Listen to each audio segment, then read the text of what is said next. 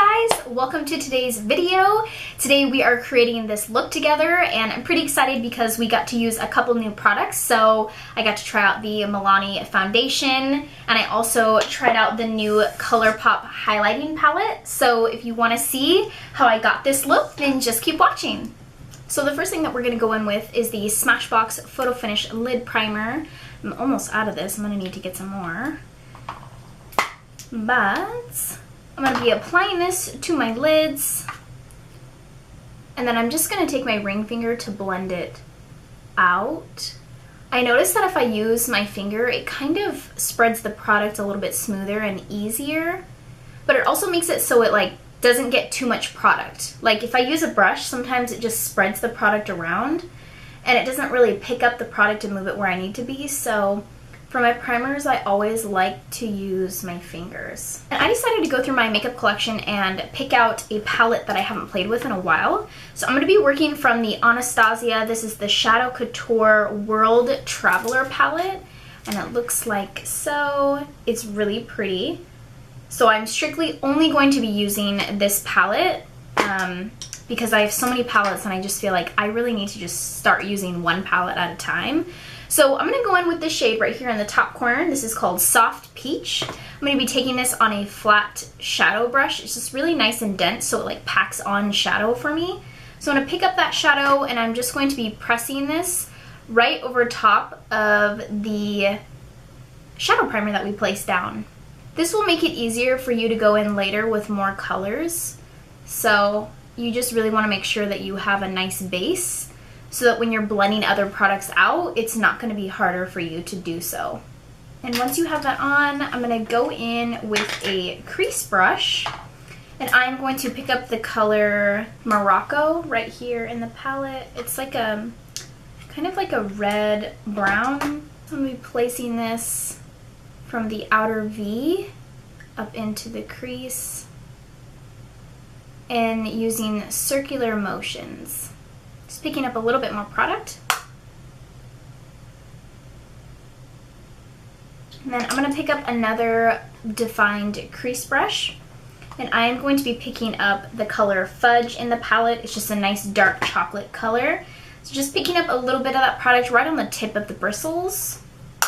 Tapping off the excess. And I'm going to focus this strictly on the outer edge here. And when you're placing shadows, you always want to pack it onto the lid and then go in and buff it out, because you don't want to disperse the product where you don't want it. And then going back in with that first crease brush that we use, and I'm just going to be lightly buffing out this edge. And then going back into the palette, I'm going to pick up Pink Champagne. It is... The title of it pretty much describes exactly what it looks like. It's like a pink champagne, like a light pearly pinky champagne color. So I'm just going to be taking my ring finger to apply this, and I'm just going to be pressing this on from the inner corner up into about halfway through my eyelid.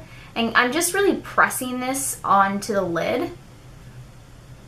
And this palette is really pigmented, so a little bit goes a long ways. You don't have to work really hard to get pigmentation, but I really just want to focus this as the centerpiece of the entire eye look. So just build up the intensity that you like, and then we'll go in and blend it out. And then I'm just going to go and pick up another clean crease brush, and all you want to do is kind of lightly dust the top of the line where we just applied that Pink Champagne shade, so that when you look, it doesn't have a sharp line. You just want to lightly buff out that edge. And it should buff out really nice and easily because it is a shimmer shade. Shimmer shades tend to be a little bit easier to blend out than a matte shade, because the matte ones are a little bit drier, so they stick onto the lid. So it will be harder to blend out a matte shadow than it is to blend a shimmer cream shadow. And then as you can see, right where the line is where the shimmer stops and the matte begins, I kind of just do left to right swiping motions here, just so that they're kind of diffused. It's not like a harsh line. We don't want to see any lines beginning and ending. I'm going to go back in with that other crease brush. I'm just going to take my clean towel that I have here and just buff off the product that is on the brush, and I'm just going to go back into the palette with the shade Morocco, which is like that like burnt orangey kind of shade. And what I'm going to do is just focus this again in the outer V area and a little bit into the crease, just because we're losing a little bit of that warmth color and I don't really want to lose it. So I'm just lightly going back in to just pack on a little bit more of that Morocco shade. Going in with the crease brush again that has no additional product, and just buffing out the edges because you want to make sure that everything looks blended. Dipping back into the palette, I'm going to go back in with Soft Peach, picking up a little bit of that, popping this on the brow bone just so we don't lose the brow bone definition. I know it looks crazy right now, but just bear with me.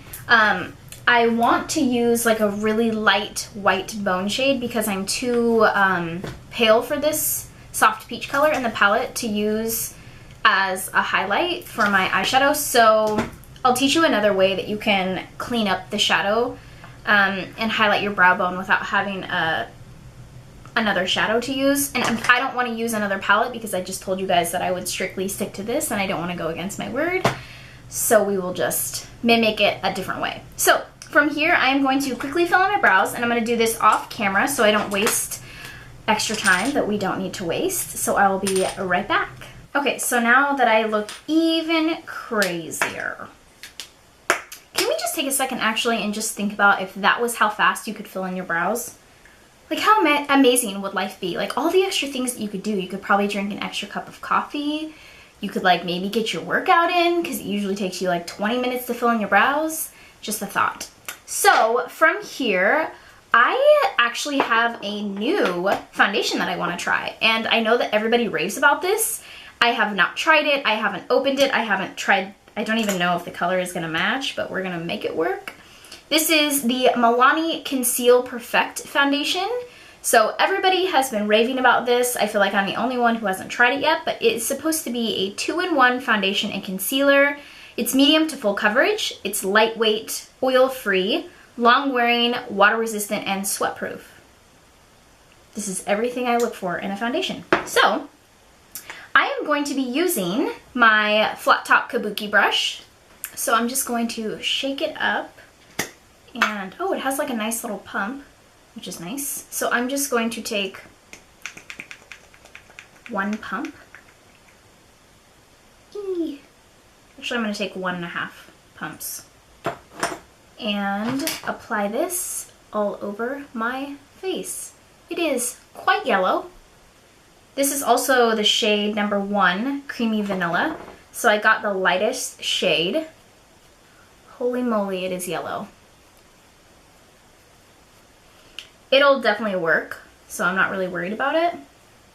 It actually blends in with my neck, so it'll be okay. But if you're super, super fair and you're more of like a neutral fair, which is usually what a fair person is, they want something pretty neutral or even on the pink side.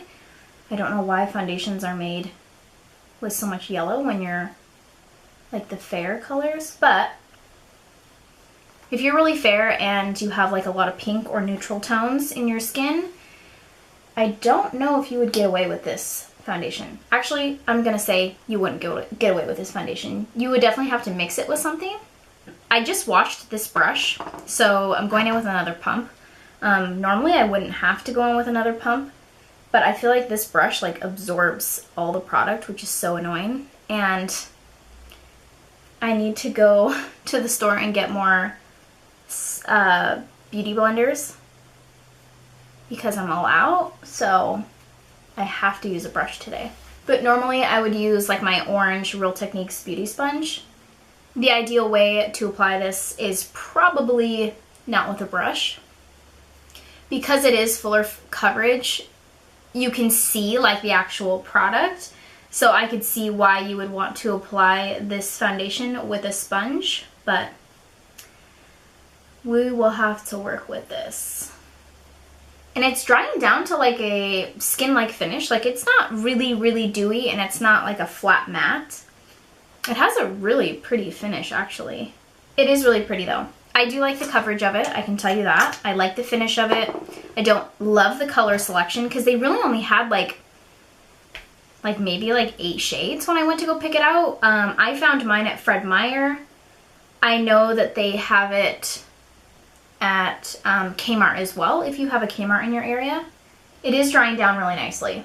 Okay, moving on, I'm going to just use my tried and true, my Smashbox 24-Hour Concealer. This is going to be a lot lighter, and this is what's going to help us lighten up this foundation a little, just because it is so yellow. But I'm going to use, what am I going to use? Oh, let's see. We'll use this. We will use this. It is a deluxe crease brush from Real Techniques. I used to use this a long time ago though for my concealer, so I'm just going to be quickly blending this into the skin before it dries down. This concealer is waterproof, so if you don't move quickly, it will like set in and it's really hard to work with. So you want to make sure that you move quickly. And then I am going to apply the rest of the concealer to my face. If I can find my concealer, whatever I did with it, here it is. So I like to apply it on my chin. And I'm like going through some really like bad breakouts all of a sudden, so there's that too. So just quickly just buffing this out. This will also help the color. It will kind of like neutralize it, because otherwise it's just like the color is so dang yellow.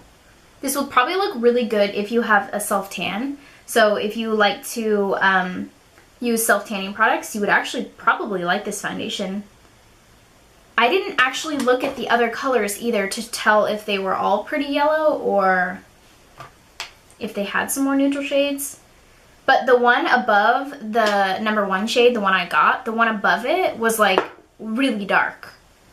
So I really wish they had more colors. Okay, so far so good. So what I'm going to do is take my concealer brush that I was using to blend it out.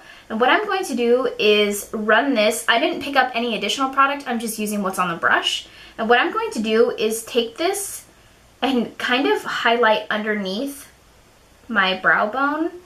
But I'm not one to like use an actual brow bone, like a concealer to like carve out the brows. I don't actually like that look on me. So I'm not going to be carving out the brow. I just really want to like go in and re-highlight and kind of tone down that peachy shade, because I don't know if you guys can tell on camera, but it was like, it's too dark for my skin. So hopefully you guys can tell one side from the other. In person it looks way better now. But yeah, that peachy shade was just a little bit too dark for me. Wow, you guys are getting a real show today. My foundation was way too yellow. My hair is a hot mess. It's all on my face. I can't find my hair ties. All right. That looks so much better. So then I'm just going to go in with that crease brush that we originally used, and I'm just lightly going to be buffing that edge just because you can kind of see the line where the concealer brush kind of stopped. So I'm just lightly buffing that edge out. Perfect. And then for the rest of my face, I actually have some more new exciting products. I actually got the, what is this called? It's called Gimme More Pressed Powder Highlighting Palette. This is from the brand ColourPop right here, one of my all-time favorite brands. They have so many beautiful things and they're actually very affordable. I'll show you a sneak peek. I got some liquid lipsticks from them. I ordered in the mail and they finally came. So I will be creating more looks with those, but for today I just decided to just play with the new highlighting palette. So the names are actually on the back of the palette, which is really nice. So I figured I would go in and try these 2 shades right here in the palette. The top 2 left ones, which are, this is the color Extra and this is the color Upgrade. Setting brush, I really like this brush. I like it for the shape, but I especially love it for highlighting. Anastasia has one kind of similar to this. I don't remember what the number is. She goes by numbers. But if you're looking for a dupe for the Anastasia highlighting brush, this is a good option. So I am going to be picking up these two shades here in the palette. And I have not worn them on my face. Oh my gosh, these are really pigmented. I haven't used them on my face. I've only used them like to swatch. So we shall see how this goes. Holy moly. Wow. They are super pigmented. Like, I'm sure you guys can see that on camera. Like, hello highlight. Hello. That is so intense. Wow. So from using those two shades in the palette, if you're looking for a natural highlight, I would gladly tell you that this isn't for you. If you're just looking for a natural highlight. However, if you like the intensity of this highlight, it is so pretty. They are gorgeous. I'm very impressed. I still can't get over how yellow this foundation is.